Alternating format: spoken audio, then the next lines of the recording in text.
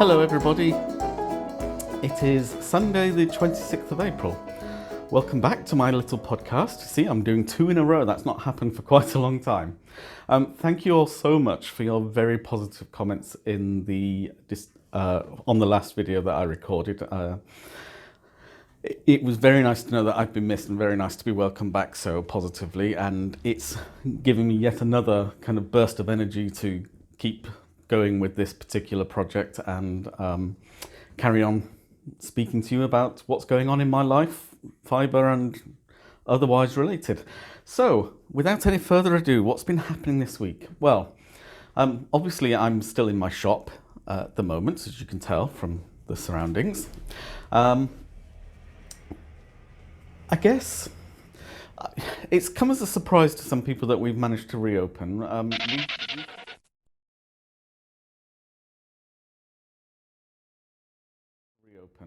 We have got quite stringent rules in place about what we do in the shop. When the government announced on the 23rd of March that they were effectively putting the UK into lockdown for most, all bar essential services, as it were. At the same time, they introduced legislation to allow restaurants and pubs to repurpose what they do in order to provide a collection or delivery service, which maintains the spirit of lockdown but still gives the opportunity for those businesses to be able to not waste all the food that they had on the site at the time, but also to continue providing some form of income and also some form of entertainment, I guess, some form of relief from the monotony that lockdown inevitably provides. And I just want to take a second on lockdown because it's probably the single biggest social experiment that's ever been carried out, because populations across the globe have, with a fair degree of willingness, allowed themselves to be placed effectively under house arrest because we understand the nature of the crisis that we're facing. And a kind of illustration of the counter to this point, really. Yesterday, in fact, we have a call and collect service. So we expect people to phone the shop, place their order, be given an allocated collection time, and then come to the shop at that time to collect it. That way we minimise the number of people who could come into contact with each other outside the shop and reduce the likelihood of queuing in the street. We do have some queuing measures in place, but it's not... Sorry, there's someone at the door trying to catch my attention, even though all the signs on the door say closed and we're not open on Sunday, but never mind. So it minimises the number of people who will be standing in the street outside waiting to come in. And we do have one or two people who walk past and see us open and say, oh, can I order a drink? And if we're not very busy at that point, if we've not got a lot of collections at that particular time, then we can accommodate them, though we always ask them to go and stand on the other side of the road so that they're not congregating in one place. And actually, in the mornings until early afternoon, the other side of the road catches all the sunshine as well, so it's a nice side of the road to stand on. And that's been fine, but yesterday we have 49 collection times available because we're only open for 4 hours as part of our agreement with the local authority using the emergency powers that the government introduced on the 24th of March. And we could open for longer, but actually the longer you're open, the more likely you are to start having some breakdown of the conditions of opening. So we just think that 4 hours is enough time in the middle of the day for the exercise to happen, for people to pick up a drink while they're going out for their daily walk or doing their shopping or whatever. And the evenings, the late afternoon and evenings, we leave to the proper takeaway services, pizzas and fish and chips and that kind of thing, curry houses and so on and so forth. So we're filling a slot in the day that otherwise would just be empty. It's not because Mike and I don't want to impose the risk of infection on any of our staff Not so much necessarily for themselves, because most of them are under the age of 18, but because they also have grandparents and other people in their families who might be vulnerable. It just reduces the possibility of exposure. And so by doing that, we have to work the 6 days ourselves. And so if you're working every day and doing all this stuff before and after that needs to be done, the cleaning and the stocking and all the rest of that kind of thing, it does, it adds up to a full day. So we wouldn't be keen, we would burn ourselves out if we worked for too long a time each day, having to do it every day, bar Sundays, even though I actually do come in on a Sunday because there are little bits and pieces that need to be done. But, it's an hour's sorting things out, a bit of cleaning, a bit of moving stock around, and we're ready for the next day.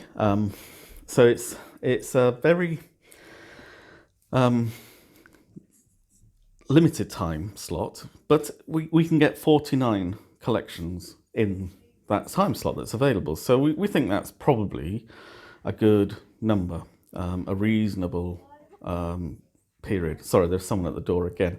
This is one of the problems that we have with the shop. Is that we do get people who I've had the door open in the past when I've been cleaning in the back with a barricade across the door, all the lights off, the floor wet because I've mopped it, and people will still come into the back room to say, "Are you open?" And they've had to they literally climb over the barricade to get into the shop. I mean, anyway. So yesterday we were so busy, which we're very grateful for, but we filled 48 of the 49 slots. So we were going to it the whole time, because even though they're 5-minute slots, the other thing that's happening, of course, is that one person is coming, but we're often getting requests now for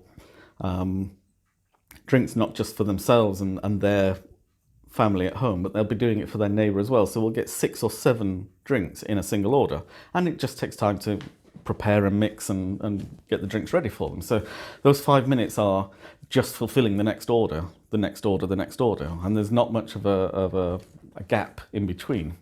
So I was at the front because someone had just picked some up, and a gentleman came, and this was about 2/3 of the way through the day, so we hadn't yet filled all our slots, but we were working on a half hour in advance. So the next slot that was available was half an hour further down the line. And this chap came to the door and said, "Oh, I'd like to order a couple of shakes." I said, "Yeah, that's fine, but just be aware, I won't be able to get them to you until 2:05, because it was about 1:30. And he said, "Oh, bleeping bleep, it's only a bleeping milkshake."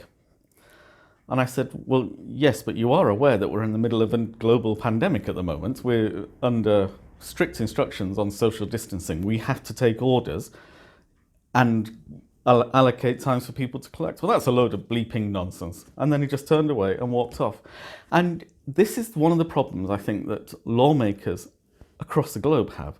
Some people, because this situation does not directly affect them in their personal life, they somehow feel that it's all a big intrusion. The vast majority of people, as I say, have willingly put themselves under effective house arrest, and they are policing themselves quite rigidly.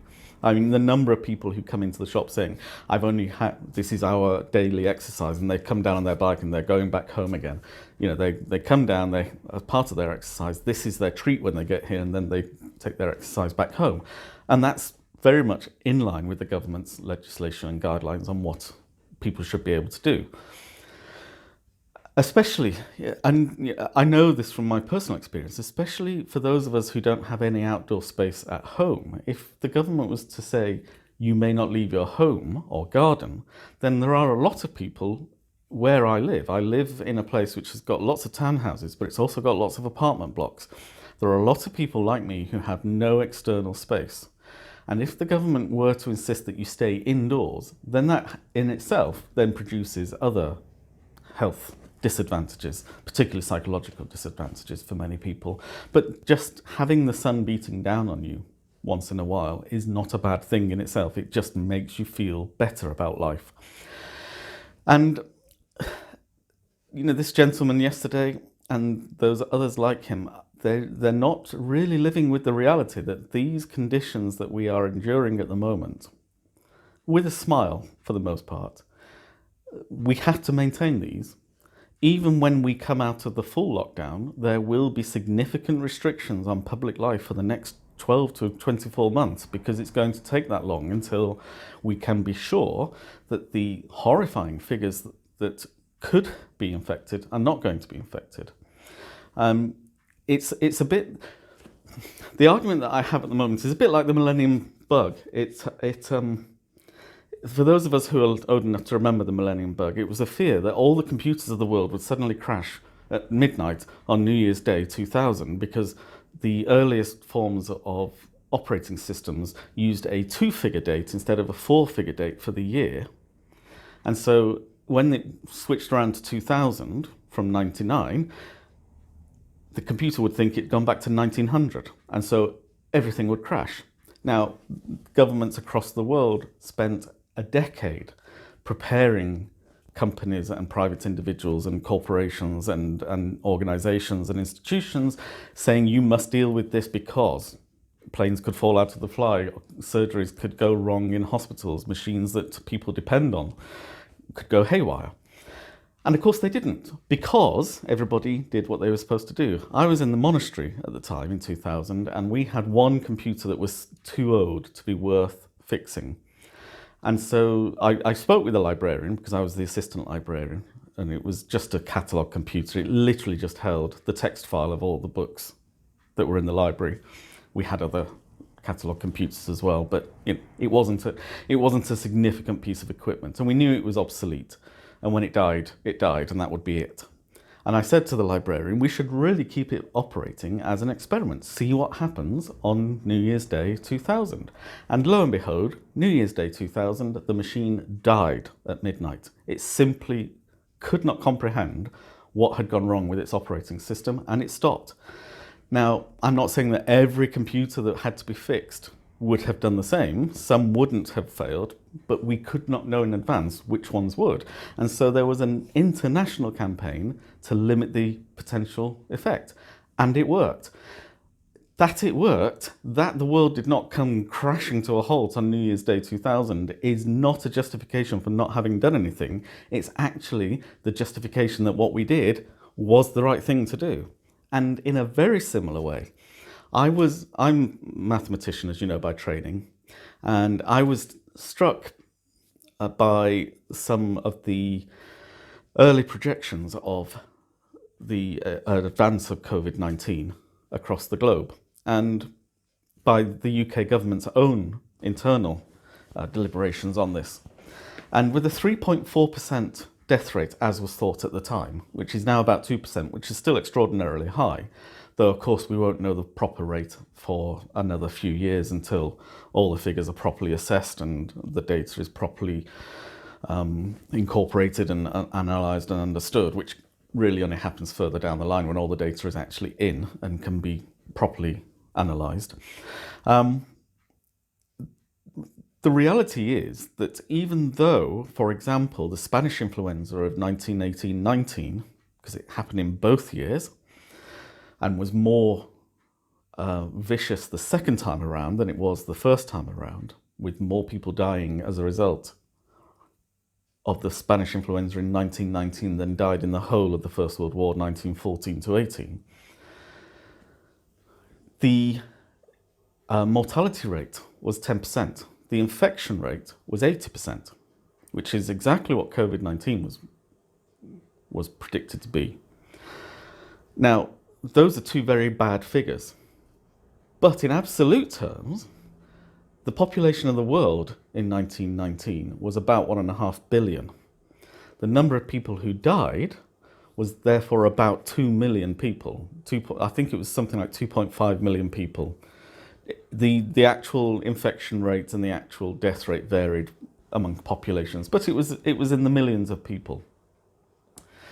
You fast forward a century, we are now a population of 7 billion people.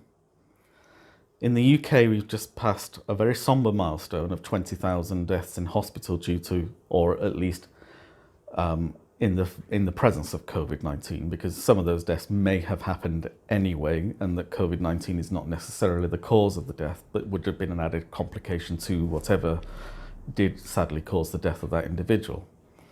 And that's 20,000 people who are no longer with us, 20,000 families and groups of families and friends who are devastated by their loss, and that's a very human tragedy.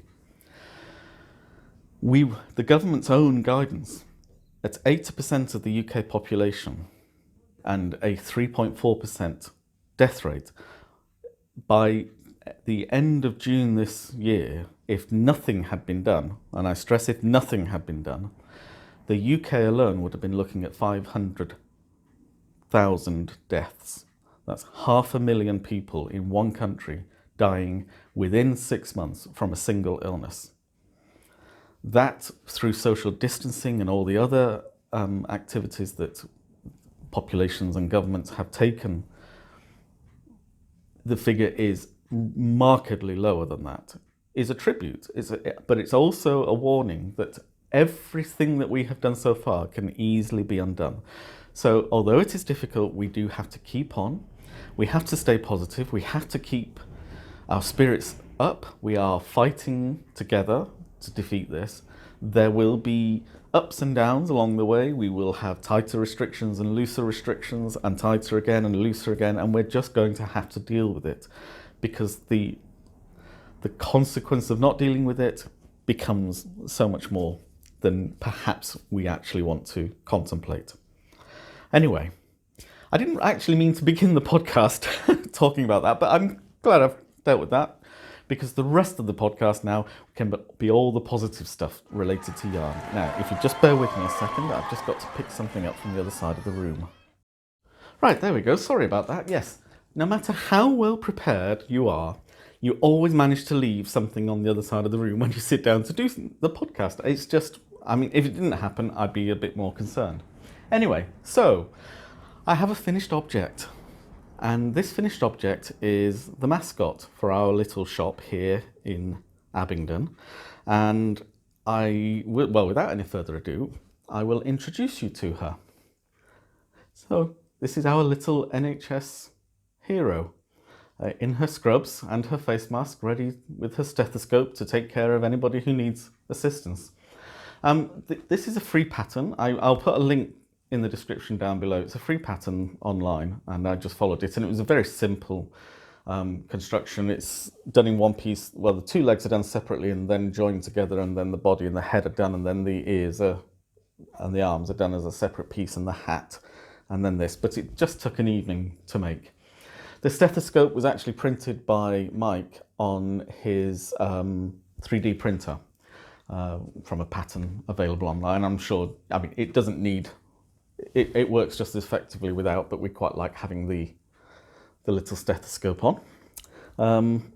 Oops, there we go. And we ran a competition in the shop. So we asked people to give her a name. We didn't give her a gender. We just said, we have our new NHS hero. What's the name going to be? And we had a little competition. We had offered a free drink to the prize winner. Mike and I, at the end of the day, sat down and looked at all the names that had been suggested. And we both chose one of each and argued our case. And in the end, we decided to combine the names. So her name is Hope Bevan. Now, I'll deal with the surname first. Aneurin Bevan was the Secretary of State for Health in the first Labour government after the Second World War. And he founded the NHS as a place where medical assistance would be available on demand, free at the point of use, and paid for by taxation. And that was 75 years ago, and I don't know where I would be without it. I've had significant health issues over the years, and I, like many other people, I'm in awe of all of our healthcare workers, regardless of whether it's public or private medicine. But I have personal reasons for being highly supportive of the NHS. But we also didn't want a name that simply looked backwards. Bevan is a significant figure, and I'm happy with Bevan Bear. It has a nice ring to it, but we wanted a name that was optimistic, that was summing up the positive energy of the time. Because whilst, and I've talked at some length about it, whilst there are all the concerns and the limitations on life, it's undoubtedly true at the same time that we have got some really positive things out of this experience. And that doesn't mean to say that that because good has come, then the bad is worth tolerating. But it just means that, for example, our cities have cleaner air. Will we simply want to go back to mass pollution in the way that we have for the last 30 or 40 years? It's particularly a problem in the last 30 or 40 years with the rise of private transport and jet transport as well. Taking a different example, we're getting to spend more time with our children. We're getting to spend time helping our children with their education. We're getting to spend time cooking and cleaning, and life is just a little bit slower and a little bit less pressured. I'm not saying that there aren't stresses involved in this. Financial strain in particular, the economy is suffering as a result of the restrictions, but at the same time, we're maybe getting a better sense of the things that we really value in life rather than just keeping going on the treadmill of society the whole time. So it's, I think there are reasons for us to be positive about this experience as much as the negative. So as I say, I will pop a link to the pattern down below, so you'll all be able to make one of your very own little hope bears, NHS hero, or whatever health system you care to mention, hero. She does have a little face as well, but let's cover her up so that she's safe. Okay, so that's my first finished object. I have been working quite a lot on my jumper. Excuse me, one of the advantages of working in having your own coffee shop is you get to have very nice coffee. So excuse me a second.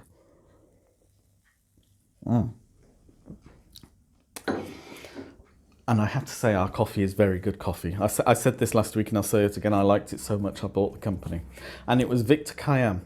Don't know why I couldn't remember it last week. It was Victor Khayyam. It just came to me.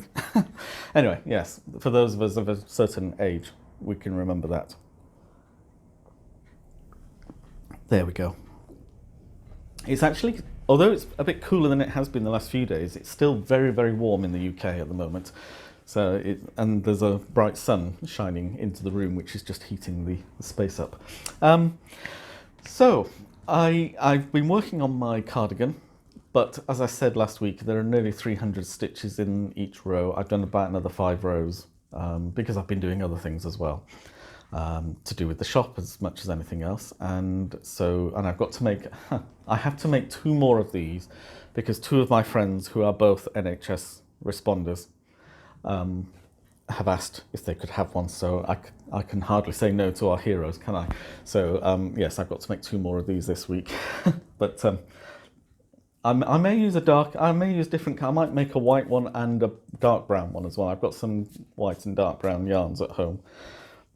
I think a nice white teddy bear and a nice dark brown teddy bear would be quite good. Or I may stick with the kind of gingerbread. I guess that's a gingerbread kind of colour, isn't it? We'll see. The beauty about teddy bears is you can make them any colour. So I don't have a lot of other finished items or whips that I haven't already shown you, but I do have some finished items that I have made and are now selling in the shop, or at least I was. When lockdown came, we'd already been closed for a week because I'd already gone down with the symptoms of coronavirus. So we closed the shop and isolated ourselves. And at that time, it was still very wet and windy in Abingdon. I mean, really wet and quite cold as well. So we were still selling the hats that I'd made. So this is a very simple cable pattern hat. I think you can see the pattern there. And I've sold a couple of these already. And this is a moss stitch, or I think in the US you call it a seed stitch scarf, cowl rather. So and it's just seamed. It's just done in a long strip and seamed. And then this was a double. Now, double moss stitch. I know there is a difference between UK and US. I can't remember what the difference in the terminology is, but anyway, we call this a double moss stitch, which isn't the same as your double seed stitch, which for us is a different pattern. But I think this is double seed. I can't remember. I know there is a difference. There's one that we call Irish seed stitch, moss stitch, which you call double seed stitch, I think. But I'm not entirely certain on that one. I just know that I remember talking to somebody about it, and they were saying that there was this difference, and I didn't look into it any further at that point. But this is a double moss stitch, and this is an infinity cowl. So I simply gave it a single twist, a Amebia strip twist, so that it's continuous all the way around as a single side, with just that nice, and they actually sit quite nicely, like that as a Amebia strip. So it's I think that's quite a nice look to it. Sorry, there's just someone at the window again. This is the disadvantage of podcasting in the shop. I'm easily distracted, but those are on sale were on sale in the shop. I'll put them away now for until the winter comes, because I don't think in this weather it's sundresses and short sleeve shirts to go at the moment. So I don't think we'll be selling any more of those just at the moment. In the last 12 months though, I have been doing more of my weaving. In particular, I've run a couple of tryout sessions next door in Masons, that's that way. And I've also done a workshop here for people with rigid heddle looms. And I've been really trying to get into the weaving more, and I have been doing more of it than I have previously. Sorry, I've just noticed, as I looked up then, I've just noticed that actually that's the willow tree that Mike made, which is a really attractive tree, and it just looked really nice up there in that corner then. Sorry, that was a distraction. So I have bought myself several more looms of different sizes, and some of which I'll be able to use and have used as part of the demonstrations and the workshops that I've done. And obviously, once restrictions are a thing of the past, I'll be able to run some more workshops in the future, but just for the time being, that's stopped. But one of the looms I bought, which I'm only really just beginning to get to grips with, and so lockdown is a perfect opportunity for that because it gives me more time to do a bit of reading and a bit of practice with it, is this. And this is what's known as an inkle loom. I'm sure many of you will be familiar with that. So an inkle loom differs from a regular loom in a number of ways which are quite significant. So you'll notice, first of all, it's a very narrow loom. It's really designed for weaving bands, rather like guitar straps or bag straps and belts and that kind of thing, headbands. And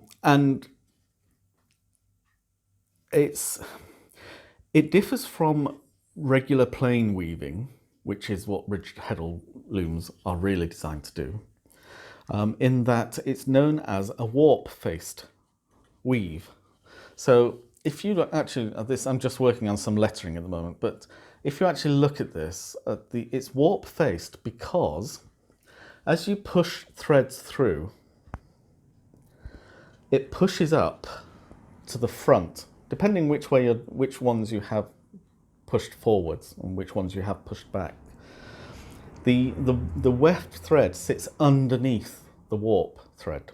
So unlike normal weaving where you get that over, under, over, under, over, under, and both the warp and the weft are visible because of the spacing between them, the warp threads are actually close together.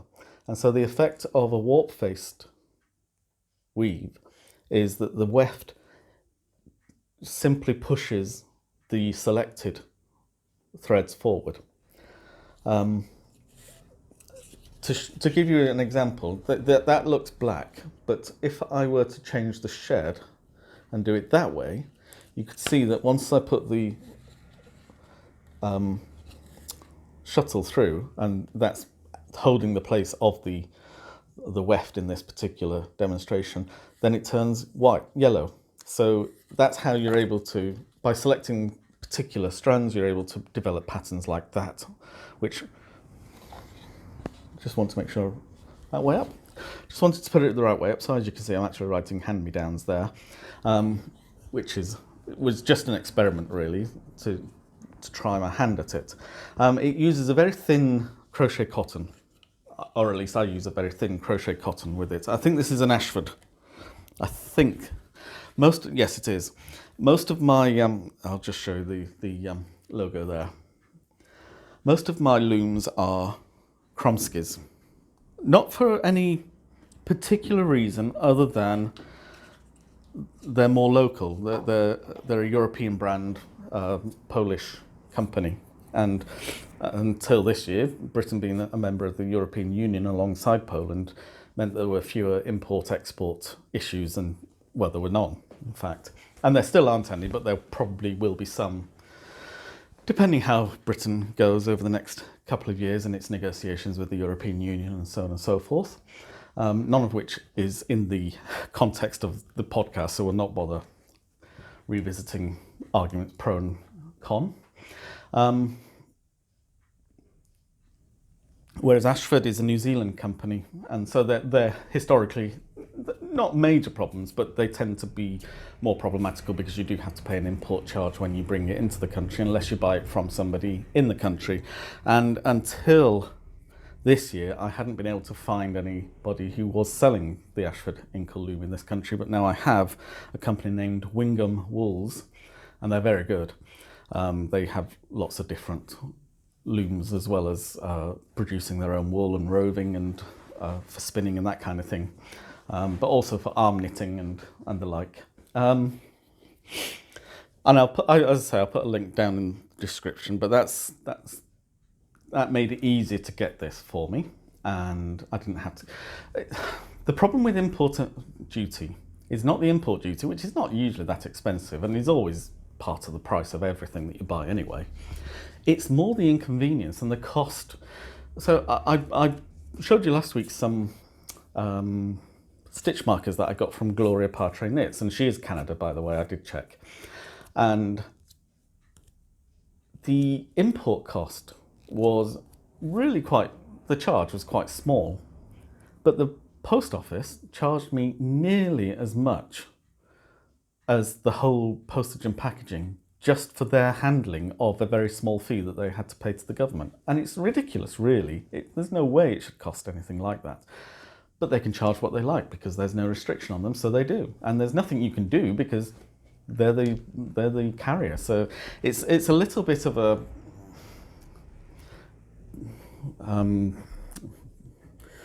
caveat emptor, I guess. Buyer beware. Don't. I just like to avoid the issue where I can. Excuse me, I'll just have some more coffee.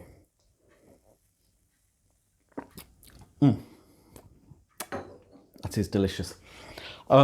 Next time you see me, by the way, and I may include it in this video or I may not do it until tomorrow, in which case it'll be in next week's video, I'm going to be taking off. The hair is getting rather long and this is getting rather unwieldy. I know I was touching my face, but I will wash my hands afterwards. I need to take this off. All the hairdressers, of course, are closed, so I've got some clippers at home. So I will be doing a locks down video. Why not?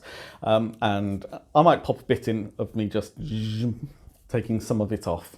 Maybe the first one. The first one is always the most exciting. The rest is a bit dull. But maybe I'll do a stripe there and a stripe up here, and then you'll be able to see me in all my glory. So yes, this will all be, I shall be looking very different next week, maybe not quite so grey. I mean, I don't mind the grey. I've been going grey since I was 16, so I'm not particularly worried about the grey.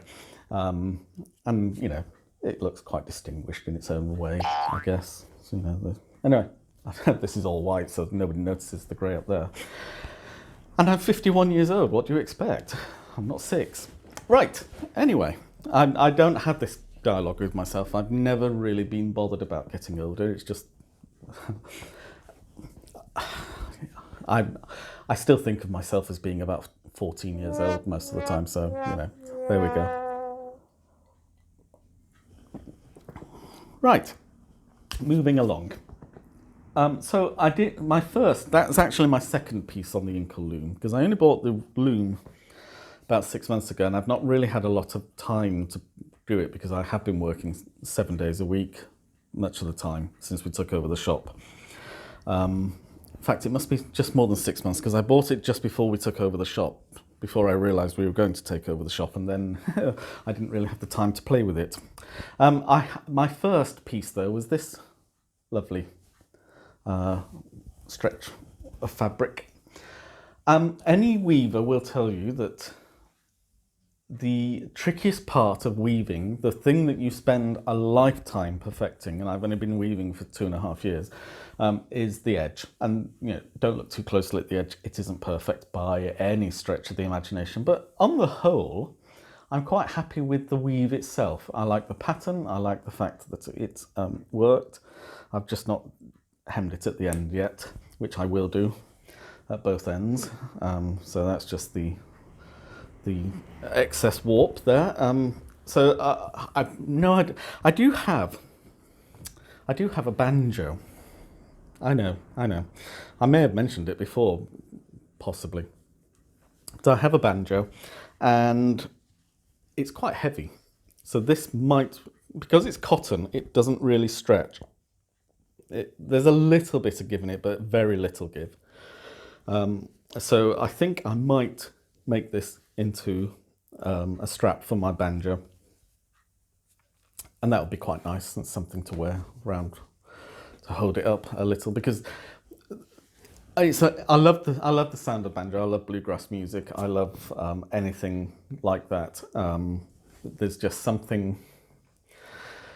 I don't know what it is. It must be the roll, the way the banjo acts, almost as if it's a percussion instrument as much as a melodic instrument, or a harmonic instrument, I guess, because it operates more like a bass than it does the main tune of a ensemble. But there's something about, I love clog dancing. I guess it's my half Irish and English folk heritage, which is pretty much the Appalachian kind of bluegrass mix that produced the American bluegrass music.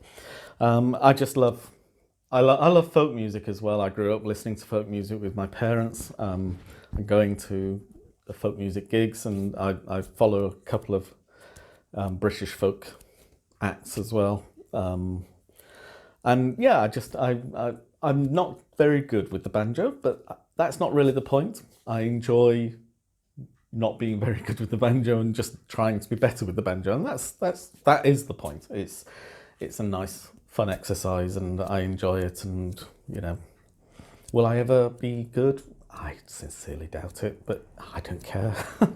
I still enjoy myself, which is all that matters in life.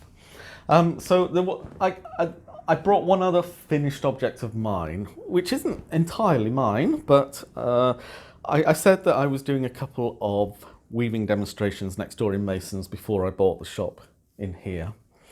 And I wanted to give the people who wanted to have a go, I wanted to give them the head start. So I warped the loom for them with different colours, and then gave them the freedom with several different colours wrapped on the shuttles as to what to weave. And so we came up with what I've nicknamed the Mason's tartan. It's not perfect by any means, but I think I would probably make it into maybe a wall hanging or possibly even some placemats or something. But this is the thing. I mean, nothing regular about it. It was all done entirely on the whim of the person who was doing the weaving. There are, as I say, a few mistakes in it, but only minor things. The edging, given that it was being done by complete novices, is actually pretty good in most places. I mean, a few places like this, it got a little bit haywire where we changed the ends and so on. but you know, it's changed colours, that is. But on the whole, it's pretty good. As you can see, quite a lot of waste at the end because I had to cut it off because I wanted to teach my new weaving class, so I didn't get to finish this. So I've actually got a bit of the different yarns. This is West Yorkshire Spinners Essentials, and I just love the colours. They're very spring, summery kind of colours, and they work remarkably well together, I think. So this is just an example of plain weave. This is just the up, down, up, down, up, down, and I think you can see that the best way to see it actually is in things like this section here, where you can see the warp thread, which is the is the greenish colour, but you can also see the weft thread, which is the purplish colour. Whereas on the inkle loom, all you would see would be the warp threads, which would be the greenish colour. So you'd get a solid block of green, because the purple would be behind the green, pushing it proud of whatever other colours were part of the warp.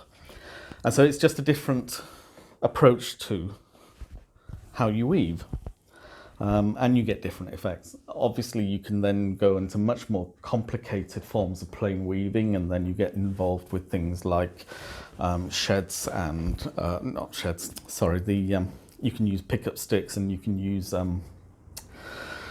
the other thing that I can't remember the name of at the moment, but which allows you to do more complex patterns and diagonal stripes and all that kind of palaver. Some of which you need a proper big floor loom for that, but some you can imitate by using dowling rods and heddles attached, and then use those and pull those up so that they open a different shed for you. And I'm hoping to do some of that. I have plans. They may never come to anything, but I do have plans. And I'm hoping, as I say, once the restrictions are able to be reduced significantly, that we'll be able to start offering more workshops. I was just about intending to have a monthly weaving session with the ladies that I taught to weave, because several of them have bought looms and just want a little bit more guidance on how to warp. We did warping in the first lesson, and they wove some placemats, which was very good. But they need more than just one go.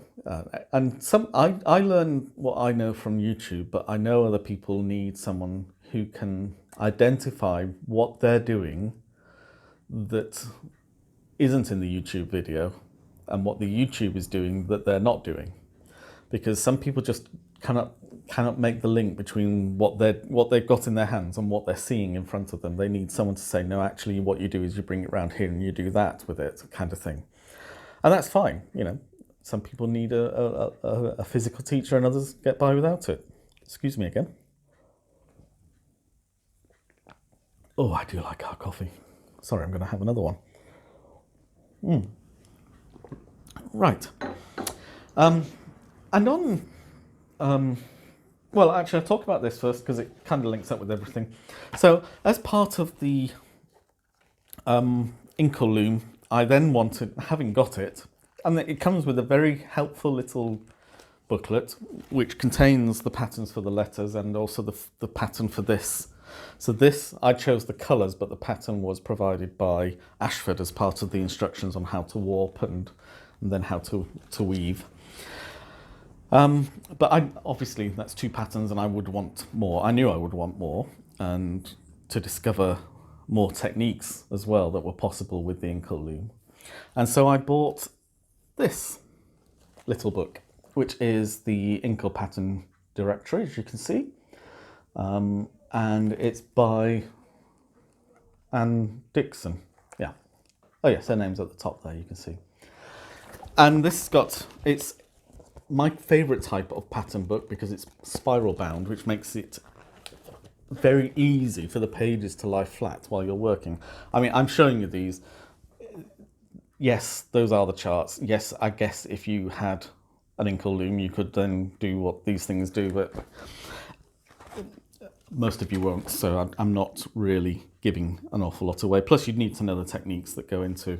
I mean, I want to try some of the more complex things like these, because that's more the Scandinavian feel. In fact, if you look at the top, it's called the Baltic Baltic style. And that to me, that kind of Anglo-Saxon Viking vibe is part of using the Inkle loom. I like that kind of ancient rustic feeling that these decorative bands give. So I'll make some more and maybe sell some, and maybe sell some things made from them, maybe bookmarks or whatever, or straps. Sorry, we're on the main road here. That was just a fire engine going by. Doesn't really need to use his sirens when there's no traffic, but there you go. They do anyway, sometimes.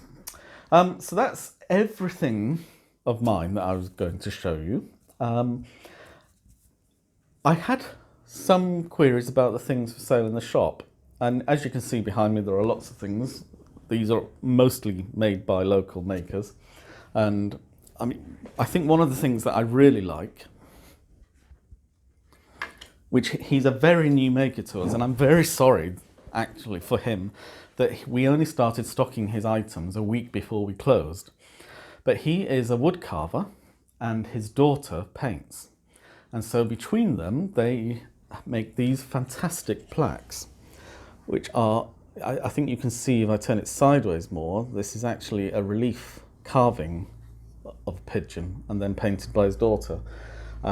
We've had 3 in the shop and sold one of them so just before we had to close. So we've got two of these left, and he's got lots and lots. But this is another nice item that makes it a unique gift for someone who comes here. We do get, the reason we have a gift shop element to the cafe goes back to the original planning permission. This shop is a listed building. It was built at the end of the 18th, the very beginning of the 19th century, so about 1800. But it was built on the line of pre-existing shopping streets. So this shopping street, which was on the edge of the Abbey grounds, the Abbey was just behind these shops, basically where I live now, those were the Abbey grounds, but they stretched right round to the river. And I think they were included, I did a tour of what's left of the Abbey grounds in one of my Vlogtober 2017 videos. But these shops are on the foundations of shops that were built here before, because this was the first bit of the town that didn't belong to the Abbey, and it was, as I just said, is the main road that goes out of the town over to the east. To go east, if you go north of here, to go east, you've got to go at least another 5 or 6 miles north. So this is the only way east, unless you go south or north and a few miles. And Sturt Street, which is the street we're on, is a shopping street. It is a conservation area. The fronts of all the buildings on the ground floor have to be shops. And I hope, actually, I will talk with the ladies in Masons at some point when restrictions are lifted, because upstairs in Masons, there is another shop front. What is now a single building was at that time, there was another external flight of stairs that took you above the ground floor shop to the first floor shop. And it's really, really quite interesting because it's completely untouched upstairs. It's still got that original character, and like us, they are also a type 2 grade 2 listed building. And so part of the conservation area is that any redevelopment of the properties or any repurposing of the properties has to be in line with the protected character of the area, which in the case of Sturt Street, as I say, is a shopping street. So when the cafe was first being planned, planning permission had to be sought, because a cafe is not a shop. And so the agreement was that the front of the cafe would be a shop and the rear would be the cafe. That's where all of the drinks and the food are prepared normally. And we can have tables and chairs in here, but we also have to maintain the character of a shop. So we have items for sale. And I think that's probably where Jeanette and Terry got the idea to then start encouraging local makers who could make things to sell here. And it would just give, rather than just being the same old bland old, blah, blah, you can get these anywhere kind of items. Many of the items that we have for sale in here can only be bought here because one or two of the makers, like Mike, do sell at local craft fairs or farmers markets, but they happen very infrequently, once a month for the farmers market. The craft fairs basically only in the couple of months before Christmas. So on the whole, if you want to buy these things, you can only buy them here. Most of our makers don't even have an online presence at all, other than our own. And that brings me to something that somebody asked. We do have a lot of these items are on our website and they are for sale. We're not geared up to e-commerce though. But if there is something that somebody wants to buy, they can message us, and we've got the facility there, and then we can sort that out with them using PayPal. And we can do shipping. We've never done mail order. Most of the time we use the website simply as a shop window to encourage people who already come here to see what we've got. But you know, we have no problem with shipping, and Mike has done quite a bit of shipping with his trees and other items that he makes. Oh, I was going to show, yes. Here we are. Somebody mentioned in one of the comments.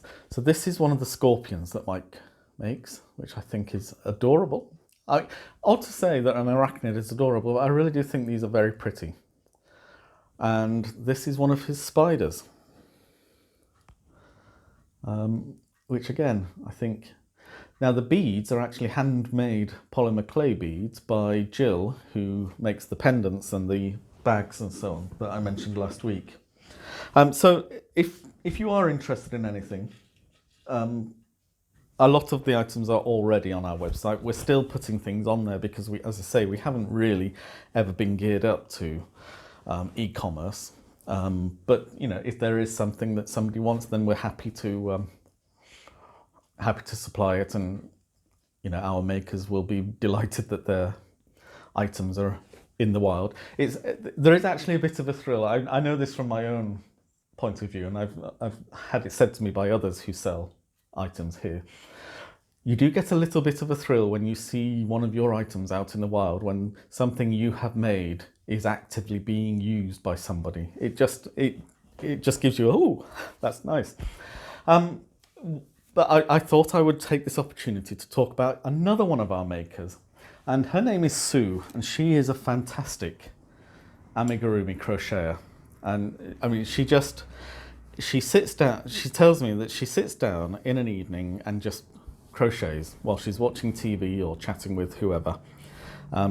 It's a fairly mindless thing. She just does it until it feels right and it's done. And some of the things she's made a lot of, but she makes these fantastic dinosaurs. Little triceratops. And she, not just the one, but there's a second one with his lovely spots on the back. And then there's even another one. So I love these dinosaurs. These usually sell very, very quickly. They're incredibly well made. I say you can see that the stitching is very, very tight. You can't see the stuffing peeping through. They are really well stuffed, but not overstuffed. They feel robust.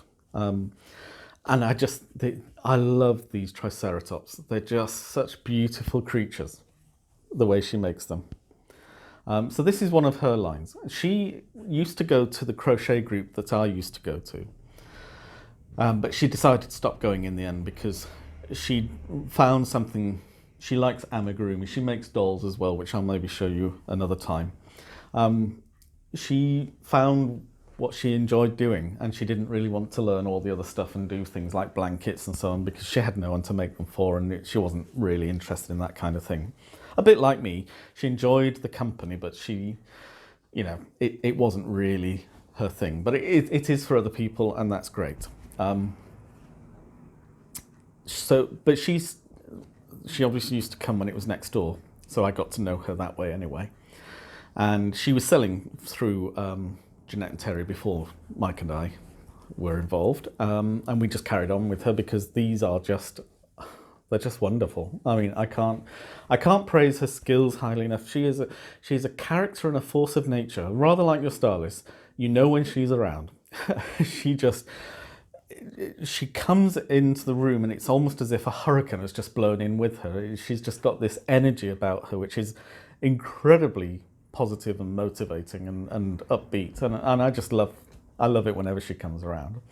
But obviously we've not seen her now for a month, and that's a shame because she normally comes in once a month to have a pedicure and a manicure into town. 2 doors down is a lovely little boutique run by a Chinese couple who live just next door to me in that direction, actually. And she often, once a month, she has her hands and feet looked after. And she pops in here for a coffee and updates her stock with us and all the rest of it. So I've missed seeing her because I think she was actually due in the week that we closed. So I don't know if she's even been able to get her manicure and pedicure, because she may have missed the boat on that one. So it's probably 2 months since we last saw her. So, but she was in touch with me just the other day, and that made me think about that. So I just thought I'd share that with you. What else did I want to talk about? Oh yes. So that's just my little. Sorry, I was just distracted because I went to Waitrose to get some cat food, and like all shops at the moment, we're all having to queue so that we can maintain a safe distance and a limited number of people are in. Waitrose, for those of you who don't know, who may be overseas, is a supermarket, and it's the one that's closest to my home. So I go there. It's literally between this shop and where I live. It's where my home is 4 minutes away. That's 2 minutes away. So I pop in there, either coming or going. It's often in normal times, where I would get the milk every day. But we've been getting it from the cash and carry recently because of the fact that you do have to queue and the limited quantities that you can buy in the supermarket, which is entirely understandable and reasonable. So we've been taking our custom to the distributors rather than to the retailers. There's not a significant price difference, but it's just what we're doing at the moment. And we can do that because I obviously would have to get into a car and drive to the distributor and then come back, whereas Mike lives out of town and it's on his way in. So the fact he's coming in every day means he can stop off at the distributor, pick up the items and bring them in. Whereas I'd have to make an extra trip out, which is why I normally go to Waitrose, because it's just on the way. Long-winded story, but there you go. And I needed some cat food. But they were very sweetly giving us all their customers today a lovely free chocolate treat. So I'm not sure what it's meant to be. From the wrapping paper, it looks as though it's meant to be a cow, a Frisian cow. But yeah. Anyway, it's white chocolate, so excuse me. Have you ever noticed that something tastes all the sweeter because you don't have to pay for it? Anyway, there we go. Sorry, I wouldn't normally eat or drink during one of these podcasts. Well, something must have happened to me. So, I thought I'd talk about a couple of acquisitions that I acquired quite a while ago now. Some of them. So, is that all of them? Is that everything? It is. I mentioned that I went to Unravel this year and I didn't buy any wool. Oh, and yes, I did mean to show you what I did buy, but I'll show that next week. So that's something else to talk about, isn't it? I went to Unravel and I happened to be a bit flush with money at the time. Not massively, just I had a few pounds to spend, and so I did. And I wasn't ridiculous about it, but I did spend on things I wouldn't normally have spent on. Let's put it that way. So one of the stalls there was an Irish artisanal yarn maker. And in fact, yes, In fact, their company name is IAY, which is Irish Artisan Yarn. And this is their Merino mini skein set. Now, I'm not going to go off on one, but this is not a skein, this is a hank. However, we'll leave that aside. Don't you just love that colour? Don't you just love that? I saw this and I thought, yeah, I can't walk past that. I did actually walk past it, and then I had to walk back because it was just, something about it was just too nice. Let me put my glasses on so I can see it properly. The only reason I take them off is because I can see, if with my glasses on, I can see here, but I can't see the screen or anything beyond. I can, obviously, but it's just blurry. They're just magnifying, they're reading glasses, because I'm 51 and not 15.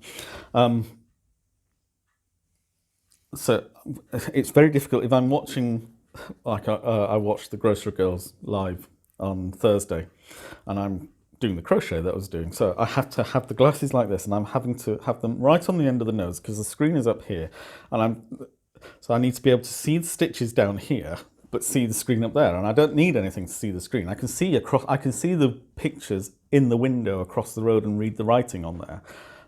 Distance vision, not a problem. Things right in front of me, can't see for toffee. So yes, it can be a bit, so I can look a bit schoolmarmish by peering over the top of my glasses at you. Anyway, sometimes I don't think you get the true flavour of a hank when it's wound, but when you see it unwound, just look at these speckles. There's something quite fiery, quite autumnal, almost, I don't know what it is. It's almost as if it's like the dappled sunshine on a forest floor at the beginning of autumn. That's how I would describe it. You've got the green moss and on the trees and on the forest floor, and then these bright burning rays of ochre and amber and scarlet and almost maroon as well. So I just love that one. And this was the hank that made me buy the rest. I just want to make sure I don't twist it, that's all. There we go, that's right. Yeah, that's right. So let's just, it's super soft as well. I mean, I'm guessing it's a superwash merino. I don't think it says, but it doesn't feel particularly scaly. It also says it's a lace weight, which I don't think it is. I think that's probably a fingering weight, a 4-ply weight. I think that's a little bit optimistic. Where did I put? Now, there it is. Where did I put the piece of paper? Oh, let's have a look at what it says. Oh, it actually says it's 4-ply. But then, the reason for I'm not being silly here. I looked first of all at the symbol. The symbol is clearly a number 1, super fine. I think that might be out of focus, but anyway. But then you can see above, it clearly says 4-ply.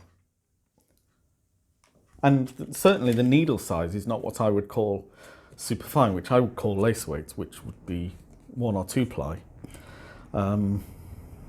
Yeah, and it is superwash merino. One of a kind, it's called Glenveigh. Right, and these are the other colours that go with. So you'll see that these are basically the colours that were in the speckles. But doesn't that one in particular, good heavens, that is beautiful. Now, this is 100 grams, so it's 5 20-gram hanks. I would be very happy for somebody to suggest something that I make with this. So it's 4-ply fingering weight. I've got lots of neutral and solid 100-gram hanks. So if you have a favourite pattern that you think I might enjoy, I'd like something that's a little bit challenging. I have no concern over what it might be. So it could be an item of clothing, male or female, because I'm quite happy to make things to give to people, because I do have some knit-worthy and crochet-worthy people. And I'm also quite happy for it to be knit or crochet. I'm not fussed either way. So if there is anything that you think this would make into a good, or be the good basis of a project, then I'd be very pleased to hear it. But look at those colours.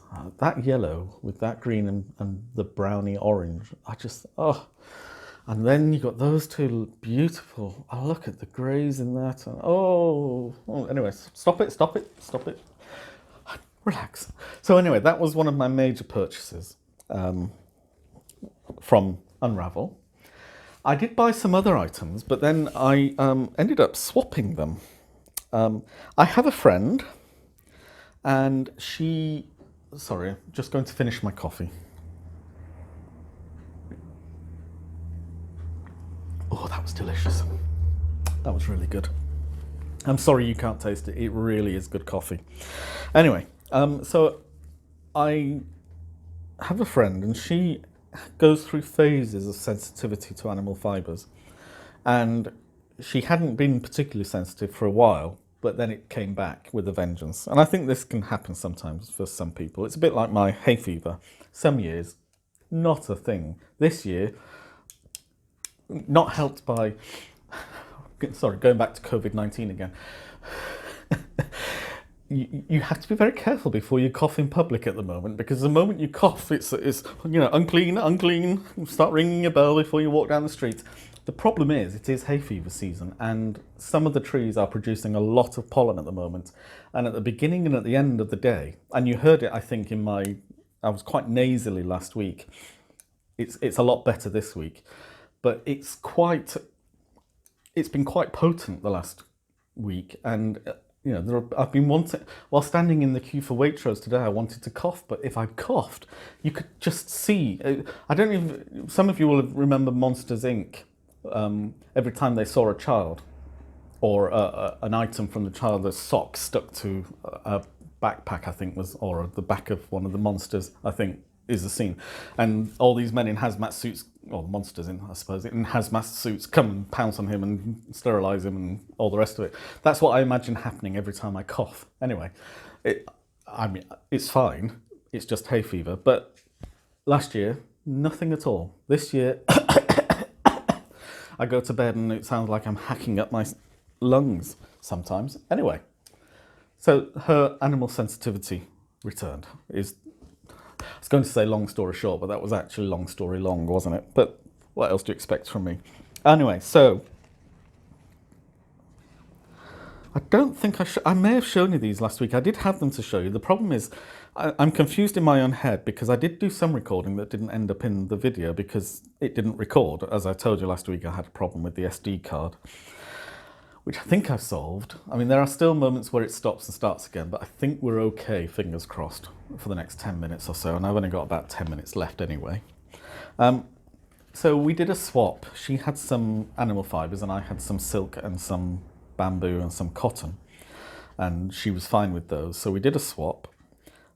Actually, some of the Unravel stuff I'd bought was silk, wild silk as well, so it's not sometimes called piece silk. So it isn't made by boiling the way a lot of modern silk production is. The caterpillars put themselves into a cocoon, and the cocoons are then boiled with the caterpillars inside going through their metamorphosis, which kills them obviously. And then the cocoons are opened and the silk is extracted. Piece or wild silk, they wait until the caterpillars has metamorphosized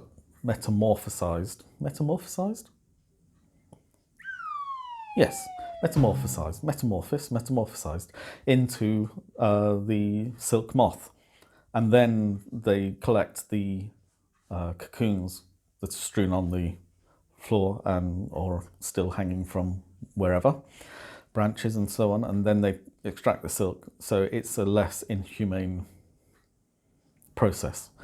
And some silk brands are actually certified by the vegan or vegetarian society. I don't think the vegans will allow it, but some some people will who are vegans because the animal hasn't been exploited. It's the exploitation of animals, not the animal product in itself. So if the animal leaves a byproduct that can then be used, that's fine. But to actually kill the animal in order to get to its byproduct is not fine. Which again, it's not a philosophy I fully share, but I certainly have some sympathy for and understand the reasons for. And where possible, I always try to buy what I can from certified humane sources.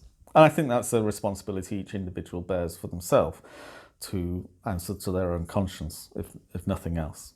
Just how we source everything that we use. And for us as knitters, and crocheters, we're very aware that some wool production is very inhumane in some respects, and we have a moral duty there as well. And we have a moral duty in general in society to try and raise the animal welfare standards across the board at the very least. Bearing in mind that doing so always increases costs and therefore increases price and therefore makes less available to those who don't have as much, perhaps. So, it's not a simple answer. There are layers and layers and layers, and we need to be aware of them the whole time. Anyway, long story short, again, not successfully. So I gave her about half a dozen hanks of this or that, and she gave me these 4 balls of wool. And now this is Adriaphil knit coll. Just look at the colours. They're so me. I mean, these pinks and teals and purples, they're very me. That's my wardrobe choice. It's a funny thing. You probably now only ever used to seeing me in t-shirts. And certainly since I started working in the shop, I only wear t-shirts to work because of the nature of the working environment. But until 2 years ago, I would not be seen outside my home without a shirt on. And I have a wardrobe full of beautiful shirts that I never wear anymore. Lots of different colours. I never wore a plain shirt if I could get away with wearing a coloured one. And maybe I'll put a few on at some point, change it up a little, but we'll see. Anyway, this is 100% merino superwash wool. It's a 50-gram ball. And it's obviously, Adriaphil is a Italian yarn company, as you can tell by the Italian flag that's included there. It doesn't have a name, but it's colour 71, should anybody be interested. It's 125 meters and it is a DK weight yarn. So if you were making a sweater out of this, for a man's sweater, you'd probably need 18 balls of it for the larger sizes. And so I've got 2 balls of that, which is very nice.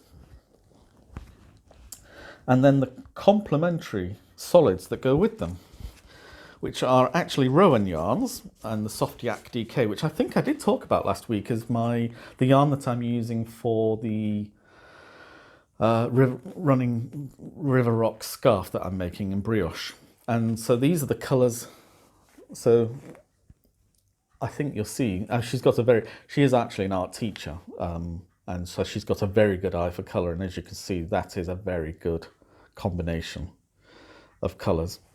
So again, I have 200 grams of DK weight yarn, 2 self-striping and 2 solids, so 100 grams of self-striping and 50 grams each of those. Any suggestions, I will be very happy to hear them, because the problem we all face, I have a Ravelry queue that will see me until I'm about 170 years old, I think, at current estimates.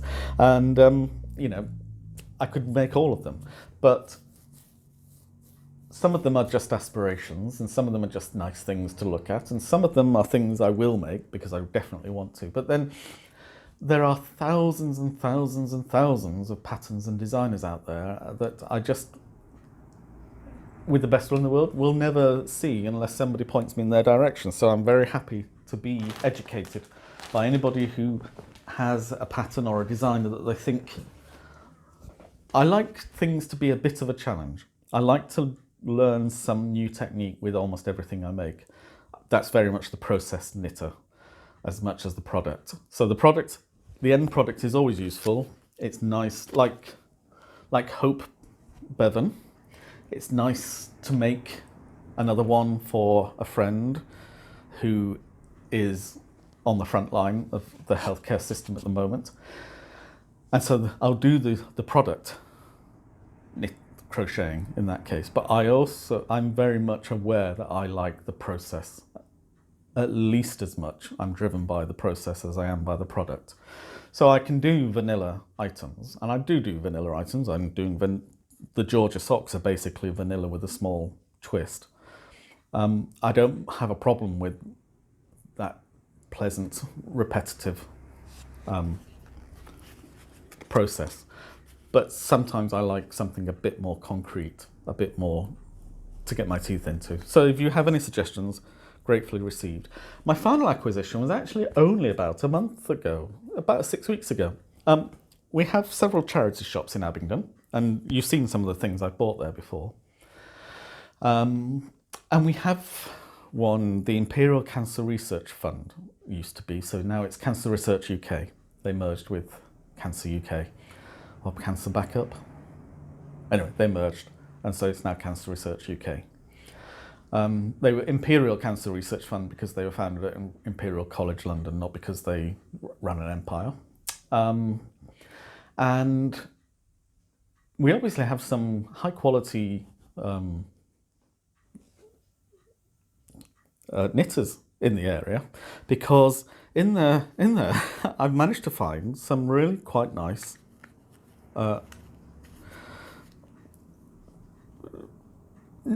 yes, independent wools, I guess. I mean, there's Rohrspatz and Wollmeis. Pardon my German, but I'm not a German speaker. So this is, as you can see, 80% wool, 20% polyamide, merino superwash. This is a 4-ply, 150 grams for use with 2.5 to 3 millimeter needles. So a lot of sock yarn there. That will make a really good pair of socks for me, because one of the problems I have with socks is I have big feet. I mean, first of all, being a man, things tend to be bigger anyway than women's socks, for example. But I also have size 10.5 feet, 10.5 to 11, depending upon the make of the shoe. So that's an awful lot of knitting to make a pair of socks, and it's also an awful lot of yarn. And so 150 grams is actually quite useful, because I will get to use most of that. Not all of it, but a sizable chunk of it. 100 grams is often just too little, and I do have to mix in things like toes and heels of a different colour, often. So this is the coral colourway. It's blowing out a little bit there. It's a much more muted colour than you're getting. It's almost, I mean, I wouldn't have called it coral myself. I mean, it's a beautiful red. I'm just not sure that you're getting an accurate reflection of what it actually is. I wonder is there any way of me? No, you're getting a much brighter version of this. This is much more akin to, what would I say? It's almost a fuchsia. It's a really toned down, it's the darker part of a fuchsia flower. If I can find one on the web, I'll get one and put it in and show you which bit I mean as part of the editing. But it's a beautiful colour. I love the colour. And this one is Yarns of Distinction Nemu. This is called Blencathra.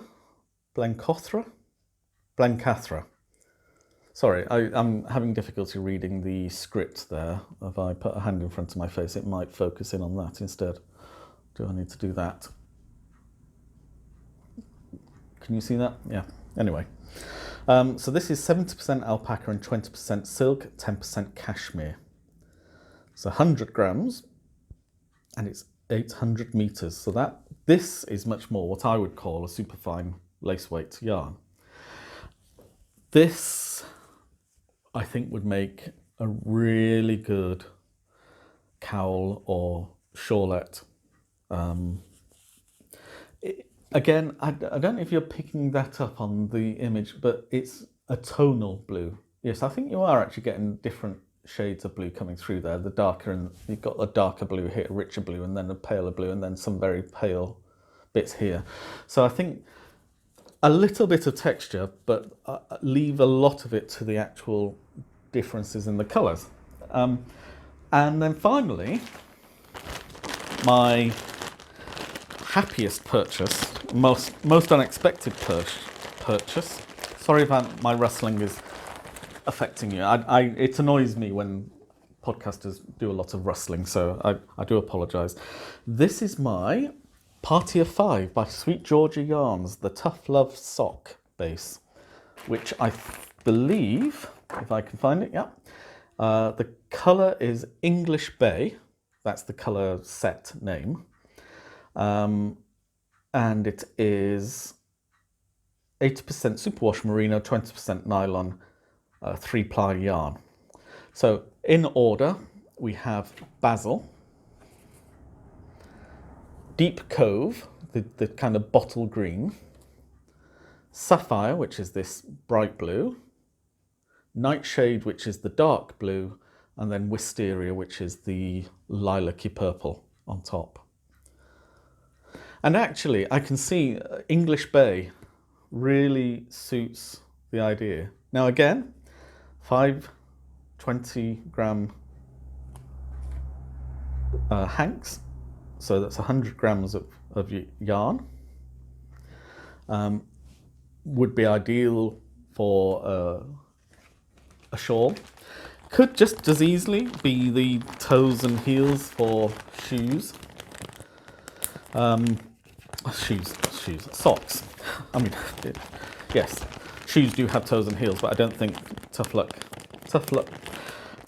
Love sock yarn is going to cut the mustard on that particular one. So again, any suggestions for so that's 2 lots of 5 20-gram hanks of colour. So any suggestions would be gratefully received. I will look into every single suggestion that's made. That's everything I've got to talk about this week.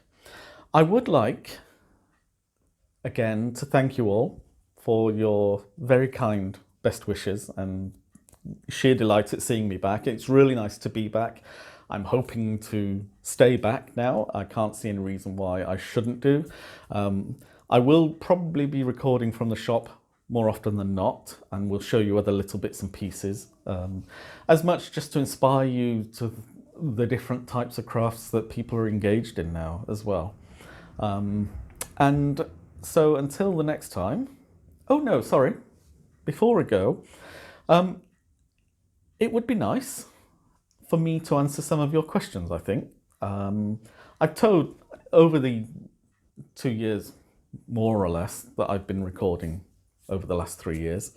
I've talked a bits and pieces about my life, but I've never done a proper question and answer session. So if there are any questions that you want me to answer, put them in the comments down below and I will go through those questions next week as part of the podcast. And so, give you the opportunity to find out that burning question that you've always really wanted to know, or at least for the last 5 minutes have wanted to know, which is also fine. So until next time, finally, stay happy, stay well, stay safe, and keep crafting. So bye for now.